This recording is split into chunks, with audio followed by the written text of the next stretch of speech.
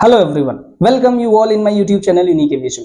आज की वीडियो में हम बात करने वाले हैं रिजल्टेंट फोर्सेस की, यानी कि जो फोर्स होता है एक्चुअल एयरक्राफ्ट पे। मैंने पिछले वीडियो में बात की थी कि 4 फोर्सेस होते हैं जो आपके एयरक्राफ्ट पे काम करते हैं, लेकिन रिजल्टेंट फोर्स क्या होता है, यानी कि किस तरफ लगता है, यानी किस डायरेक्शन में एयरक्राफ्ट एक्चुअली में इंपैक्ट हो जाता है, ये जानना बहुत ज्यादा जरूरी होता है। ठीक है, एग्जांपल के लिए मान लीजिए कि एक आदमी मुझे पीछे की तरफ ढकेल रहा है और दूसरा आदमी पीछे से आगे की तरफ ढकेल रहा है, तो मैं यानी जो एक्चुअल बॉडी है वो किस डायरेक्शन में जाएगी, ये डिपेंड करेगा कि रिजल्टेंट फोर्स किस डायरेक्शन में है। ठीक है, तो रिजल्टेंट फोर्स कैसे निकलेगा? अगर आगे वाला आदमी मुझे ज्यादा जोर से पीछे वाले से ज्यादा तेज पीछे की तरफ ढकेल रहा है तो मैं पीछे चला जाऊंगा, तो रिजल्टेंट फोर्स पीछे की तरफ लगेगा।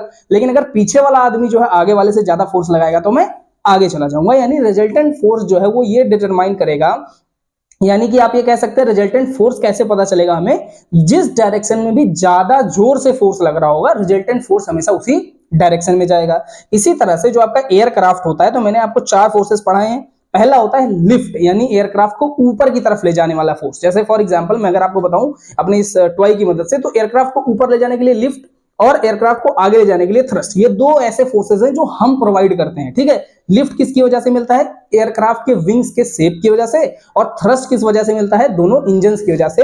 इंजन्स की वजह से हमें थ्रस्ट का जो है प्रोडक्शन मिलता है। तो ये दो ऐसे फोर्सेस होते हैं जिनको हम प्रोवाइड करते हैं। और जो अदर दो फोर्स वो होता है वेट, यानी एयरक्राफ्ट के खुद के वजन की वजह से नीचे की तरफ जो फोर्स लगता है उसको हम कहते हैं वेट। और दूसरा फोर्स जो होता है वो होता है ड्रैग, यानी एयरक्राफ्ट जब आगे की तरफ बढ़ता है तो ऑब्वियसली एयर को रेजिस्ट करता है, जैसे कि इसके पार्ट कंपोनेंट वगैरह, उसकी वजह से ड्रैग लगता है। तो ये दो फोर्सेस जो होते हैं ऑटोमेटिकली जनरेट होते हैं, इनको हम जनरेट नहीं करते हैं। ठीक है, तो रिजल्टेंट फोर्स कैसे मिलता है? देखिए, एयरक्राफ्ट पर जो ऊपर ले जाने का फोर्स लगता है होता है लिफ्ट। नीचे कौन सा फोर्स इसे खींच रहा है? वेट, यानी कि ग्रेविटी। ठीक है, तो जो भी फोर्स इसमें ज्यादा ग्रेटर रहेगा, अगर आपका ग्रेविटी बढ़ गया तो एयरक्राफ्ट नीचे की तरफ आने लगेगा, अगर लिफ्ट बढ़ गया तो एयरक्राफ्ट ऊपर की तरफ जाने लगेगा। राइट, इसी तरह से थ्रस्ट और ड्रैग भी होता है। ड्रैग पीछे की तरफ एयरक्राफ्ट को ले जाना चाहता है और हम जो थ्रस्ट लगाते हैं वो एयरक्राफ्ट को आगे की तरफ। तो जो भी फोर्स इसमें ग्रेटर होता है वही फोर्स जो है प्रिवील करता है और जो आपका एयरक्राफ्ट है उसी डायरेक्शन में मूव करता है। तो इसको बोलते हैं रिजल्टेंट फोर्सेस। और हमेशा याद रखिए कि जो आपका लिफ्ट होता है वो रिलेटिव विंड में,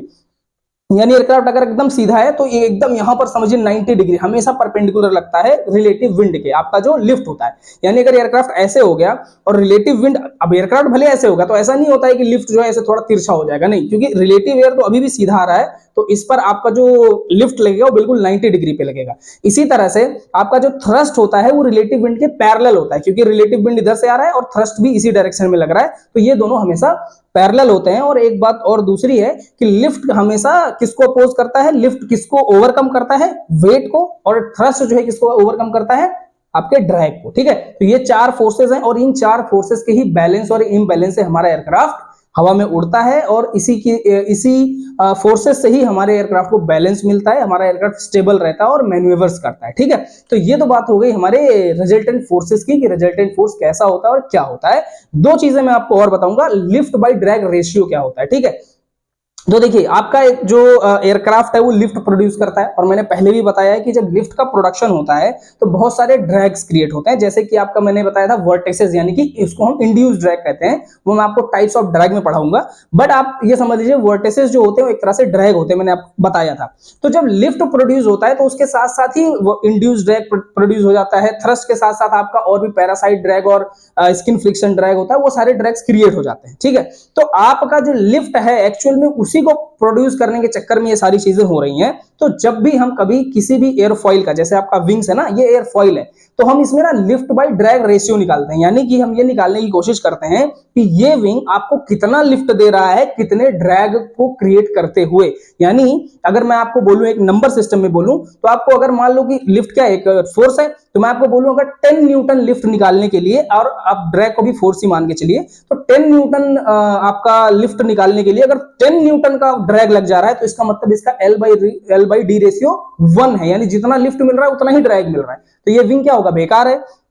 लेकिन मैंने आपको कह दिया कि कोई एक ऐसा विंग है जिसका L बाई डी रेशियो बहुत हाइयर है, 20 है, तो 20 होने का मतलब क्या है कि आपका 20 न्यूटन का जो ये आपका एयरफॉइल है 20 न्यूटन का लिफ्ट प्रोड्यूस कर रहा है, और उसके बदले में आपको सिर्फ 1 न्यूटन का ही ड्रैग प्रोड्यूस हो रहा है। तो ये विंग क्या है? बहुत ही ज्यादा अच्छा है, यानी 20 गुना ज्यादा लिफ्ट प्रोड्यूस कर रहा है as compare to its drag, ठीक है।